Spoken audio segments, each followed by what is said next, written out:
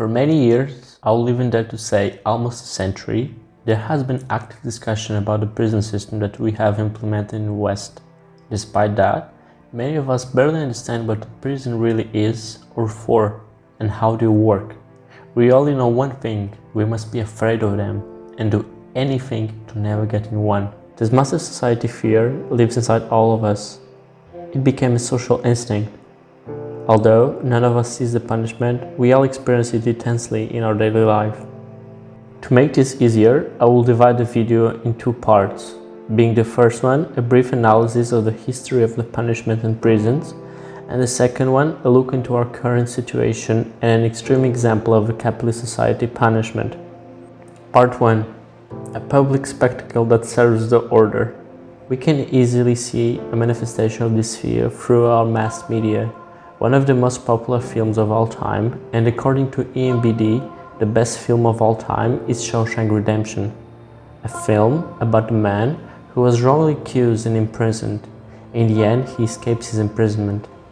The movie plot is really simple, but still, we all love the film, mainly because it appeals to our fear present in all of us, the fear of incarceration. But why do we have this massive fear? And is it correct to have this fear? How does this massive fear influence our daily life, our creativity, and our life decision?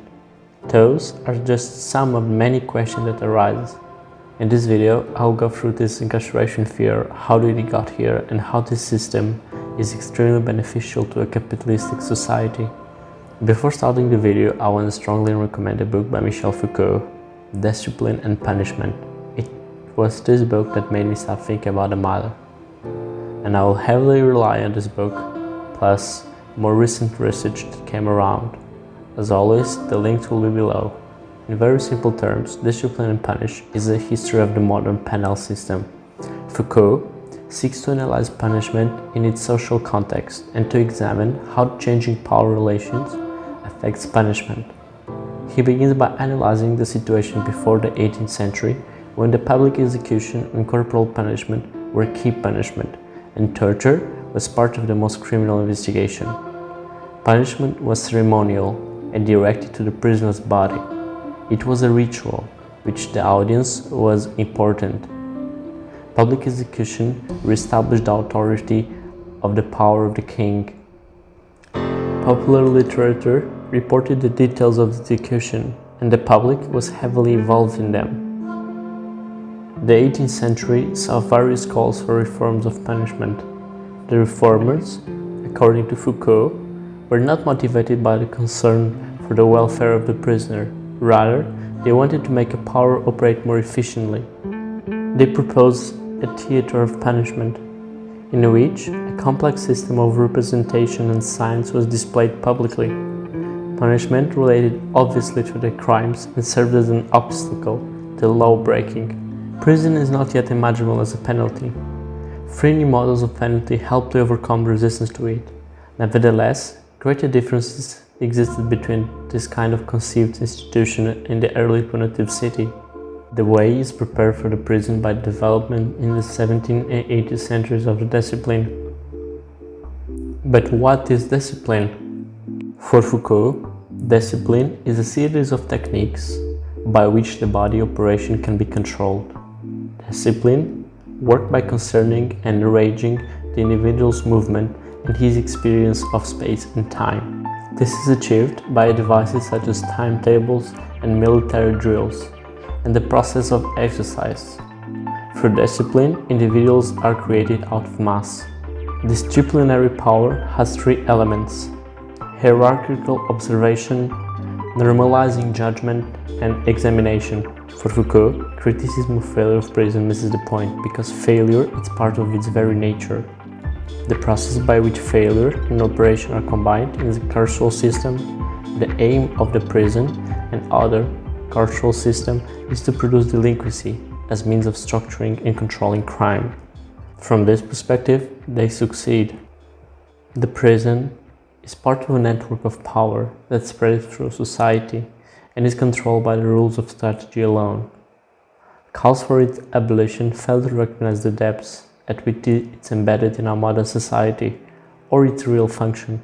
In very simple terms, this is what the book talks about. It's definitely a must-read for everyone who has an interest in the matter. Now, with the help of the book and more external research, let's do a small recap of the history of punishment. Since the Middle Ages until the 18th centuries, the punishment was very physical. It was transformed into a spectacle. From medieval torture till later public execution, the punishment was centered on the body. The trial usually meant public execution or burning in the center of the town, where the majority of the population could see what was happening. By doing this, the power structure maintained its part of the social bargain. The power structure made the punishment a public spectacle in order to show the majority of the population that they are maintaining the order. And in exchange for maintaining the order, all the population needed to do was to submit and maintain the social hierarchy in existence. After the 18th century, the social hierarchy as we knew it was destroyed, and we had to witness a few world revolutions that made the old punishment system no longer viable. It didn't contribute to the maintenance of hierarchy, and on too many occasions it resulted in mass protests and riots. In the late 17th century and beginning of 18th century, public punishment started to malfunction. On too many occasions, it resulted in riots and public disorder. When combined with the arrival of new political and economical system, the punishment system became obsolete. Not because we became more human, but because it didn't serve the system anymore. In the late 18th century, we start seeing the birth of the prison, of our modern day prison, a prison that started focusing on the mind instead of the body. In the same way that the previous punishment system favored the current political and economic system, by maintaining the order within the peasantry and guaranteeing the supremacy of the ruler, the new system also had defined its own objective. Nowadays, the prison functions as an extreme punishment for lack of discipline. It is used not only as a punishment, but as an instrument of fear. It has been so well internalized that the majority of humans on earth are afraid of going to prison. The fear creates discipline. This so-called discipline within our society borders is extremely important. It makes people more compliant and increase the efficiency in the line of production. We need it. We need it to make us humans be more willing and capable to work in machine-type workplace like factories and computer cubicles, etc. With a brief analysis, we can easily see that our prison system developed in the most optimal way for a capitalist society, and not in a more humane way. Part 2. Empty jail cells don't make money, occupied ones do. In 2021, the punishment and discipline system invented after the change in the episteme in the 18th century is fully implemented and has evolved ever since. Nowadays, we not only use prison to ensure discipline, but make huge profits.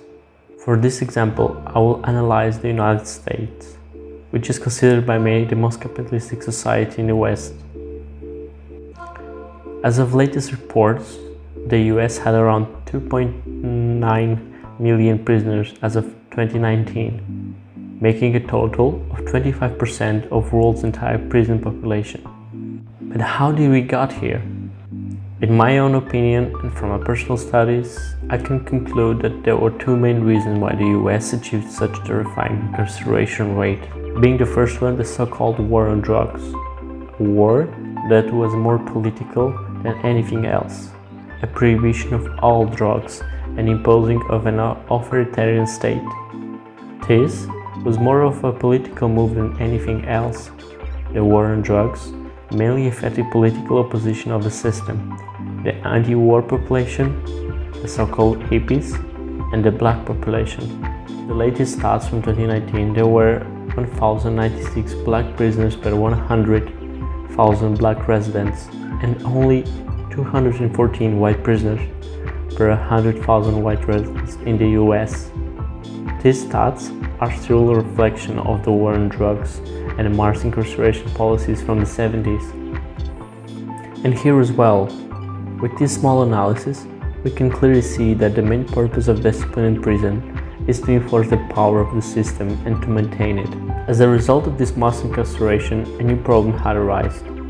The prison system was full. And instead of making prison reforms, the US state introduced private equity to the prison system.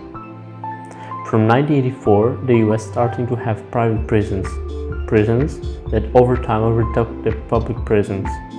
This, in conjunction with the previous legislation, had worsened the already existing crisis. From this point forward, occupied cells made money, empty ones didn't. Besides the private prison making a profit from every inmate that they held, they also started using a prisoner as a working force. In order to pay for the privilege of being confined, the prisoners work in a variety of industries. McDonald's, Victoria's Secret, BP, Unicorn, and AT&T are only a few of the major companies that use the labor of the prisoners and pay them pennies in exchange. For the American prisoners, the minimum wage is 10 cents per hour, which is lower than in subdeveloped countries. Those products are not only very cheap to make for the companies, but also sell better for the fact that they are made in America. So, they fall under the term of ethical consumption, which significantly increases the profit of the companies. As you may understand by now, the prison system is not about justice or wellness of society. It's about power and a consecutive implementation of disciplinary behavior in order to guarantee a good function of the capitalist society. We didn't become more human or kind over time. In the end, it's all about machine-like optimization. It's all about maintaining the capitalistic status quo. Still, not everything is lost. Once again, we see a positive change in Europe, especially in the Nordic countries. The first move from retribution to rehabilitation system. We change from punishment to reform, with proving and stunning success. In those countries, in only 2 decades, we have witnessed recidivism fall from 80% to 20%, and it's stunning. In the end, there's possibility for a human prison system that serves the humanity and not a capitalistic system relies on us. There are examples in the real world, both examples, and now it depends on every one of us to decide in which kind of future we would like to live. Thank you for watching. I hope this video was entertaining and most importantly you'll learn new things. As always, the links for the research are in the description, and if you want to really support the channel growth with more and better content, consider becoming a Patreon. Thanks, and links below. Bye.